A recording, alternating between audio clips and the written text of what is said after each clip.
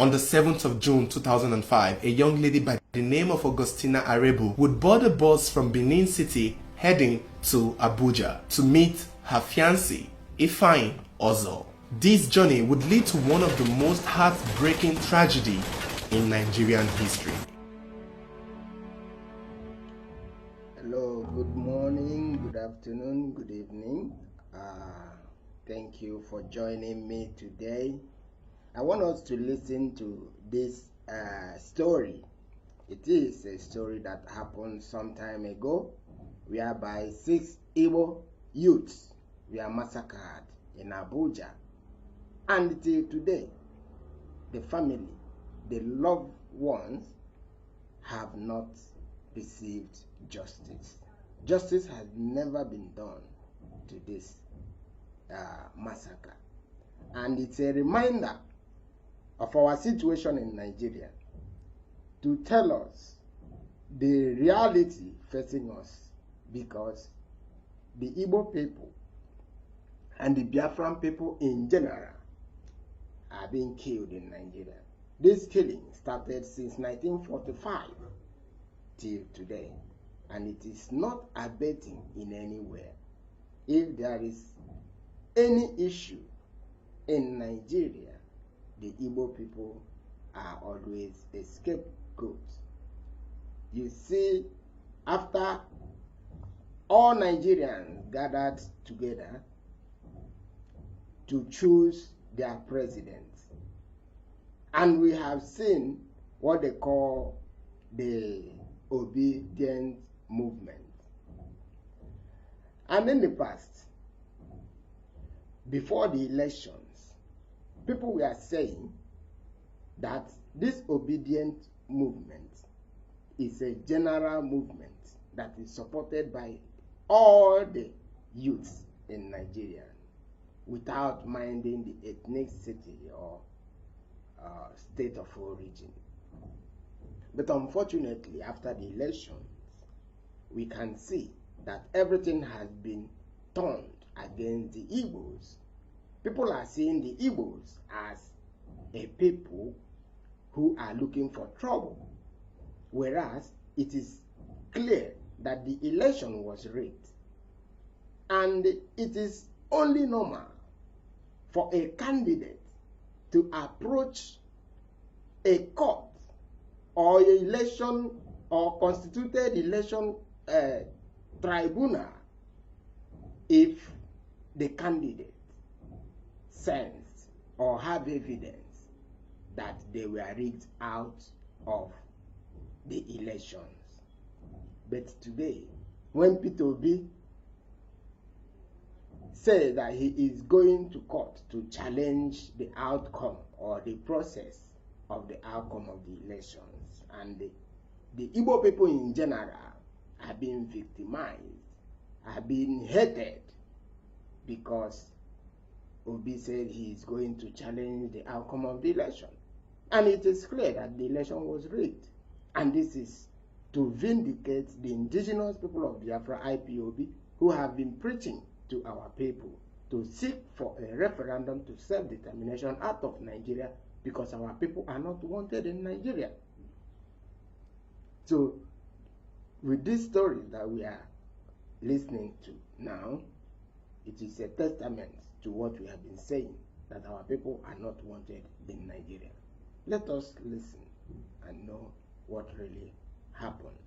And we must know that this thing continues to happen to our people on a daily basis, because our people are not wanted in Nigeria. Ifeanyi Ozo was a young businessman from Enugu State who dealt with motor spare parts. He did not complete his education, so at a very young age he moved to Zamfara State, where he learned mechanics.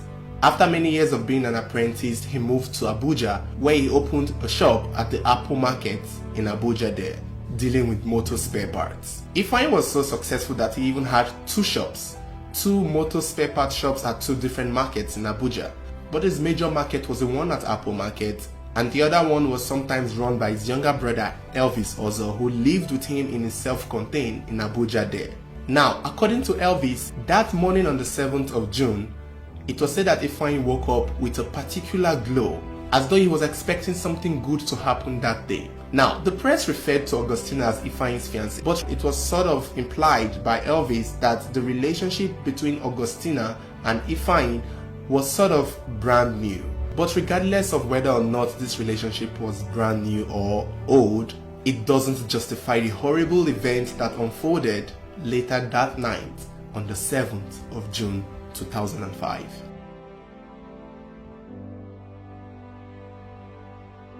In that Apple market, Ifeanyi had 4 friends, all within the age of 20 to 25. They were all Igbos, they were all mechanics who dealt with motor spare parts, and they all owned their respective shops. Their names were Chinedu, Anthony, Paulinus, and Ekene.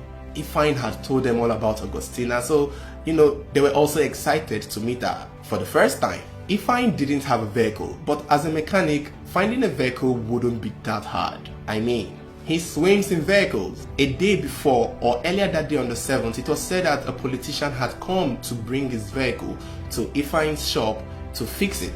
It was said the senator even paid 150,000 naira upfront for Ifeanyi to fix it. This is to show you the caliber of mechanic Ifeanyi was. He was the one who dealt with politician vehicles. So Ifeanyi was a big boy by all rights. It's unclear if Ifeanyi finished fixing the vehicle first or before he fixed it, but what was said that Ifeanyi, upon seeing the vehicle, told his younger brother Elvis to check the vehicle in case there was any form of weapons or drugs or anything implicating, and Elvis did just that. After Elvis checked the vehicle and saw that it was clean, he told Ifeanyi that yeah, the vehicle is clean, and Ifeanyi was like, cool, we'll take it for a spin. Now, like I've said, it's unclear if Ifeanyi had fixed it before he drove it, or if he was driving it first to fix it later on, but that was the vehicle Ifeanyi used that day to pick up his friends and then pick up Augustina, and then drove all the way to a nightclub. They drove to the Grand Mirage Hotel in Abuja where the nightclub was located. At the time, Grand Mirage was one of the top spots for big boys. It was a big boys club. So if anyone could actually afford the Grand Mirage at the time, you were officially a big boy. And it was said that this wasn't the first time for Ifeanyi and his friends to actually come to the Grand Mirage Hotel. So they've been at this club before multiple times in the past, so they were not new to the club. However, it was Augustina's first time to this club, possibly her first time in Abuja, and unfortunately, her last time.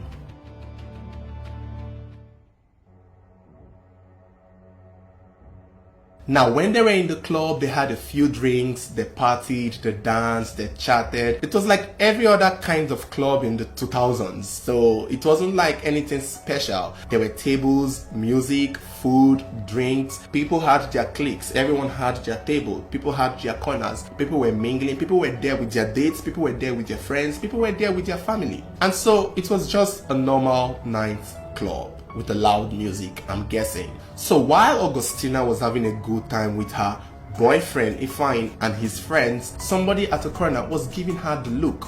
And it turned out that this person was the then Deputy Commissioner of Police by the name of Mr. Ibrahim Danjuma.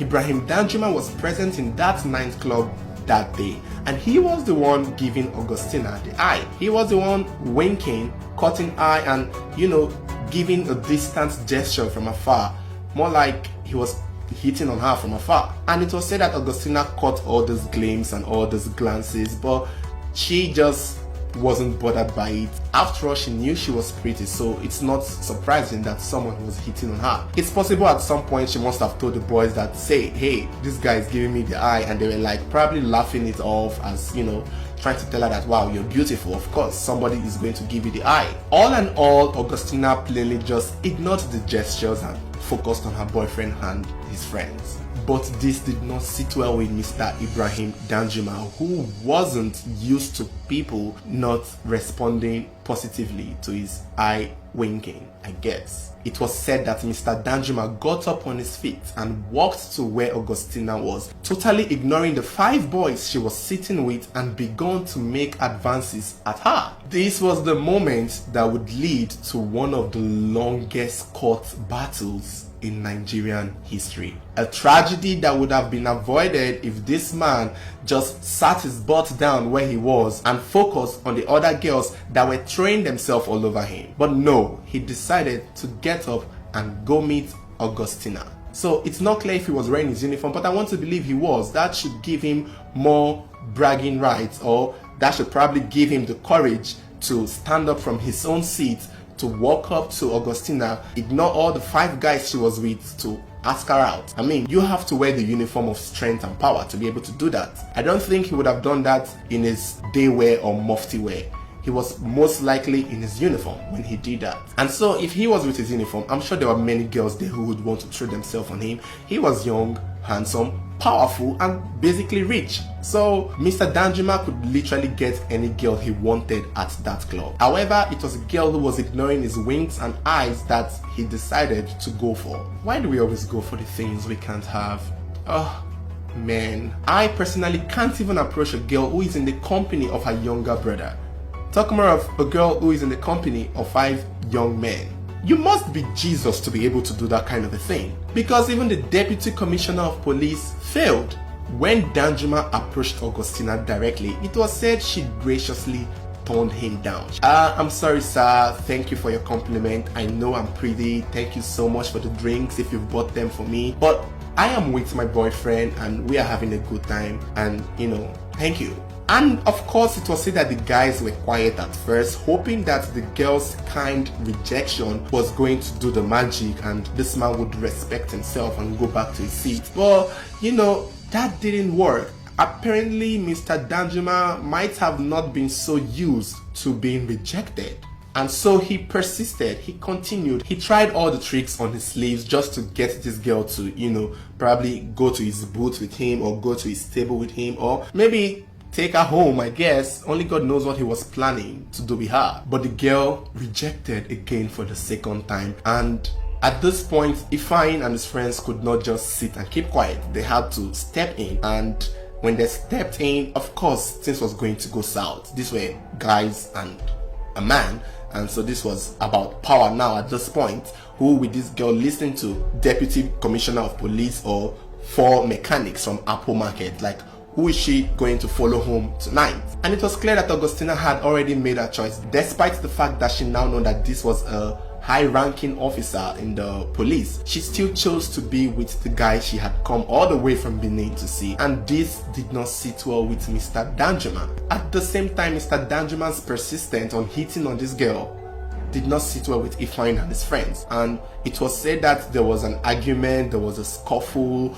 At some point, maybe fists must have been exchanged, or maybe words must have been exchanged. But what was said for a fact is there was chaos at the club. And it might have been this point that the word fiancé was used or tossed around, just to show the extent in which the relationship between Ifeanyi and Augustina was, in order to scare off or show off Mr. Danjuma. One of those moments when you're like, oh, she's my fiancé. When someone tries to exaggerate their relationship with someone in order to, make emphasis as to why certain things should not happen. Maybe Ifeanyi introduced himself as the fiancé to the girl so that Mr. Danjuma can, back off. Apparently, I don't think that was going to stop him. And, if that didn't work, I guess that would have led to a fight in the club. Now, some sources said that the club owners and the bouncers had to intervene, and it was when they found out that Mr. Danjuma was at fault, because this is not the first time he's doing such a thing. He was asked to leave. But I'm having a hard time believing this source, because I don't know, is this the Nigeria I know? Was Nigeria good in 2005? Because I don't imagine the hotel owners would want to kick out the deputy commissioner of police from their nightclub.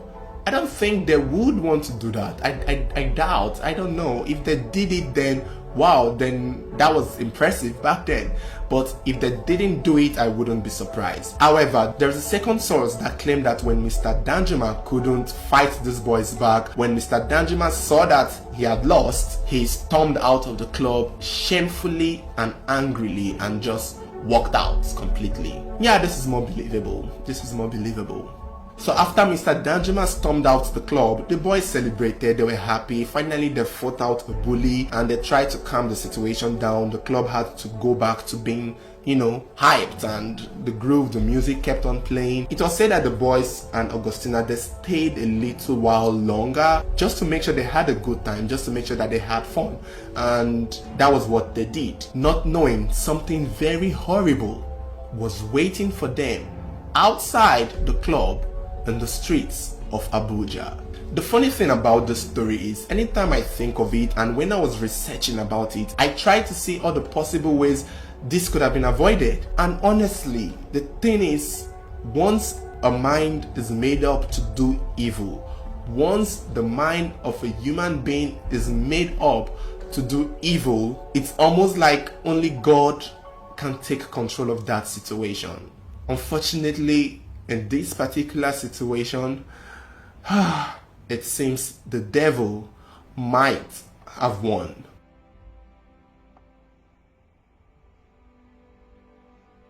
It was said that when Mr. Danjuma stormed out of the club, he met with a group of policemen at a checkpoint near the hotel at Gimbia Street, Garki in Abuja. He told these policemen that they should be watchful of 5 group of boys with a lady, that he had gotten a call of an armed robber activity in the neighborhood. And so the policemen at the checkpoint were on the lookout. It was their job. So they were told by their deputy commissioner of police that armed robbers are on their way coming towards their direction and that they should look out. And of course they will look out. They will do their job, right? And so once Ifeanyi and his friends finished clubbing, they decided that it was time to go home. As they drove through the streets of Gimbia, it was said that a vehicle moved right in front of them, blocking them instantly, causing them to stop. Now, this vehicle that blocked them was that of Mr. Ibrahim Danjuma. It was said that once Mr. Ibrahim Danjuma came out from his vehicle, he ordered the policemen at the checkpoint to shoot, which they did. Now, this part of this story as we know it was what was said during the court hearings and during the panel of inquiry hearings. So that was one side of how this happened. The other side to how this happened was that when Mr. Danjuma stopped the vehicle of Ifeanyi with his own vehicle, by blocking them, it was said that he came out of his vehicle, collected guns from the policemen, and he did the shooting himself. Now, this only came from the testimony of the policemen who were on trials, because towards the end you will get to see that when these people went to court, which they did, they began pointing fingers. Nahim Dwam, you did it, you did it. It was through these confessions in court that we got to have these two versions of how this happened on the streets. But the major story or the major account was that when Mr. Danjuma came down from his car, he told the policemen at the checkpoint that these are the armed robbers I told you about. Shoot them. And instantly,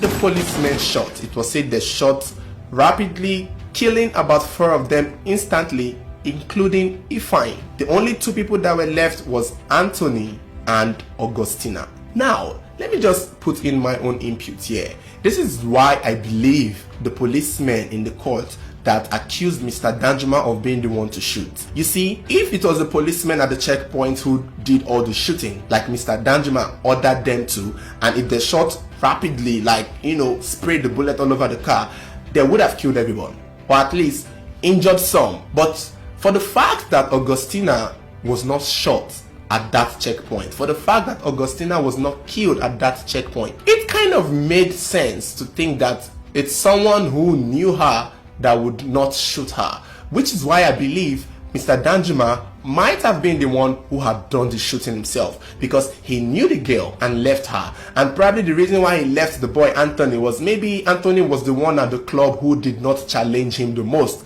as to the other boys who did, which was why he killed them instantly, leaving Anthony and Augustina. So the fact that Augustina was not killed at that checkpoint during the gun spray and gun firing, I kind of want to believe the policeman in the courtroom who told the judges and the panel that it was Mr. Danjuma who shot the gun and not them. It makes sense. Because the policemen at the checkpoint do not know these people. They weren't at the club. Even if they were going to shoot under the orders of a high-ranking officer, they would have killed everyone. They would have killed anyone and not spared the girl. After all, they've been told that they are all armed robbers. So the fact that Augustina was still alive, yeah, good try. I believe Mr. Danjuma was the one who did the shooting. But let's go on with what the popular story says. The popular story said that when the policemen shot, they didn't kill Augustina and another guy there, Anthony. And they took Augustina and Anthony to the Garki police station. Why did they leave Augustina and why did they leave Anthony? I do not know. They really wanted to paint the impression of we saw armed robbers and we caught two alive and they tried to escape, and they wanted to create a story. Now, it was said that when Augustina and Anthony were taken to the station, they were handed to the person in charge of that station, Mr. Otsman Abdul Salam. He was the officer in charge of that station, and when he saw Augustina and Anthony, I am thinking he was also told the same thing, that they were armed robbers and they had killed their fellow gangs, and clearly Augustina and Anthony were trying to vindicate themselves. But we all know how this goes. Regardless of what you say to the police, they will still see you as what they want to see you. So it was said that Abdul Salam called the family of Augustina and Anthony for ransom. 5,000 naira ransom at the time. It was a big deal then. So 5,000 naira ransom, which the family were struggling to raise. Now this was in the midnight, so Augustina's family in Benin were getting this call, and Anthony's family from the market there were also getting this call as to get ransom to be released from prison. And I think this calling for ransom was where the police fucked up, and I think this is where maybe Mr. Danjuma, if he did all of these things, also fucked up, because he would have just killed them all and called them armed robbers. But for the fact he kept Anthony and Augustina alive, that kind of was where everything blew up for them. Because when Anthony and Augustina were unable to provide this ransom, they were killed. Now it's unclear the altercation before they were killed, but it was said that Augustina was strangled to death while Anthony was shot execution style. Apparently that was it. And when they killed Augustina and Anthony, they took their bodies to join the other group, and out of nowhere, guns, weapons, knives, ammunition, bullets was placed on the scene next to the bodies of these 6 young people. And the photographer was called again for the second time to take the pictures. According to the photographer's testimony, he said he had to be called twice to take pictures of the same group of people. And I think he said when he came the first time, he didn't see the weapons. It was the second time that he came to take the pictures that the weapons just appeared, and 2 more dead bodies also showed up, which was what he had to do his job. So he took the pictures and went on with his job. It was the pictures of the bodies of these young people that were eventually publicized to the public the very next day, when news got around that armed robbers were caught at Garki and the police did their job. It was said that the armed robbers fired at the police and the police fired back, and the police succeeded in killing all of them, and they were heroes. They showed on the television there the weapons that were found in the vehicles of these armed robbers, and at the time the police were seen as heroes. People were like, wow, our policemen have done their job once again. Proud policemen. Give them a round of applause. Woo! What the police failed to know was that when Anthony was given a chance to call his family to ask them to pay up the ransom, Anthony told the story as it happened. Anthony told his family that they had met someone at the club, the deputy commissioner of police, who approached the girl and the girl refused, and that it was this deputy commissioner of police who blocked them on the road and killed some of their friends and asking them for ransom. So Anthony had already told his story before they killed him, and now the story has been told from Anthony's side. Luckily for him, since dead men cannot tell stories, Anthony, before he died, told the story. The next day, words got out in Apple Market. Elvis heard the news of his brother passing. They went to the police station. They confirmed that their brothers have been killed. But then the story had already been told, and soon, instantly, riots began. People marched to the police station. They protested. It was like, what is happening? And the world got to learn what really happened that day, and that the police were lying that these people were armed robbers, whereas they were not armed robbers. And I think at this time, Nigerians were already very, very, quick. And instantly, even though there wasn't social media there, we had our way of opera. We had our way of making our voice heard. And Obasanjo, who was the president at the time, heard the cries of Nigerians calling for proper investigation to the killing of these 6 young people. Were they armed robbers, or were they framed by a bloodthirsty police officer who thought they could get away with this? And instantly Obasanjo set up a panel of inquiry to go through what just happened to the Aposis, to see if they were armed robbers, to see if they had those guns in their possession, to see if they ever shot at the police. That was how the panel of the inquiry was able to discover and unfold all the story that I've just told you. They were able to learn that earlier that day, this group of men had met with Mr. Danjuma in the club where a scuffle was said to have happened between them. And there was a police officer who was supposed to testify before the panel to give evidence to back these claims up, to back the fact that these Apo-6 were innocent up. Ironically, that police officer was poisoned the day before he was supposed to show up at the panel. It was said that he was poisoned by fellow police officers because he had hung out with those police officers the night before, and unfortunately the next day when he was supposed to testify in front of the panel of inquiry, he died. But that did not stop the panel of inquiry to do their job, and they were able to identify the fact that the weapons that was placed on these people's body, the weapons that was claimed to have been gotten from the vehicle of these Apo-6, was a weapon that had been recovered 2 weeks before the incident in an entirely different case. And it was said that it was taken away from the Garki police station and placed on them. Another funny business that the police did was that when they shot these 6 people, they immediately got death certificates. They immediately just got everything that they could get. They got a plot of land for burial sites and quickly buried all 6 of them. Who does that? They buried all 6 of them in a shallow grave somewhere near the police station, just away from it, at a very basic cemetery. Even before the family could claim the bodies, they just took the bodies and buried it. The panel of inquiry immediately asked for an exhumation. All their bodies were exhumed and their bodies were taken for autopsy. Although it was said that the person in charge of the autopsy could not determine the actual cause of death for 4 of the victims, but 2 of them were checked, which was Augustina's own, and it was discovered that Augustina was killed by strangulation, while Anthony was shot at a close range. And mere looking at the other bodies, although they were said to have been badly decomposed, the autopsy result was able to say that they were also shot to their deaths. Instantly, the panel of inquiry was able to name all 8 police officers involved, and through that panel, they were able to take all 8 of them to court.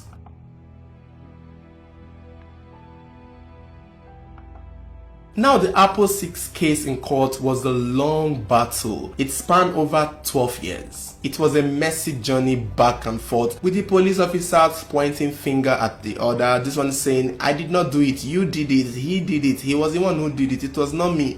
You know, that was what it was. And so the judge was trying to establish a fact. They were trying to establish beyond reasonable doubt. Yeah, I think that is how they do it. While every single police officers were, trying to hold their head and save their name, at that point in time, all of them had to answer their surname. All of them were on their own. They were all trying to come up with the best defense as to get out of this. Even Mr. Danjuma himself, because he was also mentioned among the 8 police officers to face trial by the panel of inquiry. Because when they asked Mr. Danjuma, he claimed that he was called by people about armed robbers, and when he came to the scene, he told the checkpoint people, and he thought that they were the armed robbers. And funny enough, there had been an armed robbery attack that day, but it was discovered by the panel that the armed robbery attack that Mr. Danjuma was talking about were not even people who had a car. They used leg. So how could Mr. Danjuma have mistaken it? It did not seem right to the panel of inquiry, which was why they had to throw his name in there to face the court, and which he did. After 12 years in court in 2017, the judge found only 2 officers guilty and sentenced them to death, while the rest, he could not sentence them because there wasn't really enough evidence to prove that they had killed these people. The thing here is, these 2 people who were sentenced to death for the killing of Augustina and Anthony. Now, The other 4 people who were killed at the checkpoint, nobody was tried for that. Nobody has paid for that. Nobody has been sentenced for that, because the 2 police officers who were sentenced to death were constables. They were the ones at the police station at the time. So all the ones at the checkpoints who did the shooting, nobody was arrested for that, because the judges and the people in charge of the courts and the people in charge of the prosecution could not identify or determine who and who shot, because this one is saying he's him, this one is saying it's not me, this one is pointing at this one is pointing at that one. And that was how they could not charge anyone for the killing of the 4 boys at the checkpoint. But after these 2 police officers were said to have been sentenced to death, it was said that they came forward and told everybody that it was Mr. Danjuma who asked us to do the shooting, that he was the one who gave the orders, and that was all they could say. There still wasn't enough evidence that he gave the orders. So the judge couldn't sentence Mr. Danjuma, but he was kept in custody. But soon he was released due to a medical condition. And as if that was not bad enough, it was said that Mr. Danjuma applied to get his job back, which he got his job. He was not only given back his job, he was paid every salary from 2005 till 2017 that he had missed. And as if that too was not enough, he was promoted to Assistant Inspector General of Police. This was a total slap in the face of the families of the victims of the Apple 6. Are you people kidding me? The man who has been accused of orchestrating this tragedy has been promoted to Assistant Inspector General of Police. Make it make sense. So, ironically, this is the end of the Apple 6 story right now. The Apple 6 story is a case that is still ongoing. It's a case that is still currently among the End SARS protest campaign. And the last we heard of it was when the lawyer of the families of the Apple 6 demanded more money be paid to their family. You know, at the time they were paid 3 million. Now the lawyer is asking that the families be paid 200 million, because the people that were killed were the breadwinners. So that is where we are. Mr. Danjuma is living his life. He's in his job. He's getting paid his pension. He is literally living his life. And the families of the victims of the Apple 6 are still grieving every single year, hoping and praying that one day this case will be revisited and true justice will be brought to the victims of the Apple 6 killing. So thank you guys for watching. I hope you enjoyed the story, and if you were able to watch this to the end, please leave a comment to let me know your thoughts. Do you think Mr. Danjuma would ever face the law again for this particular crime, or do you think it's over? Let me know your thoughts. Don't forget to like this video, subscribe to my channel, and turn on your notification button so whenever there is a new video, you will be the first to know. Thank you for watching. Thank you so much for watching. This is what we are saying, that the indigenous people of Biafra in Nigeria are not wanted. There is a different law for the indigenous people of Biafra, and there is a different law for the Fulanis in Nigeria. You have heard it. We are not wanted in Nigeria, and we are seeking for self-determination, and we are asking for a referendum. Thank you for watching. Like our page and follow our page for more updates and news. Thank you.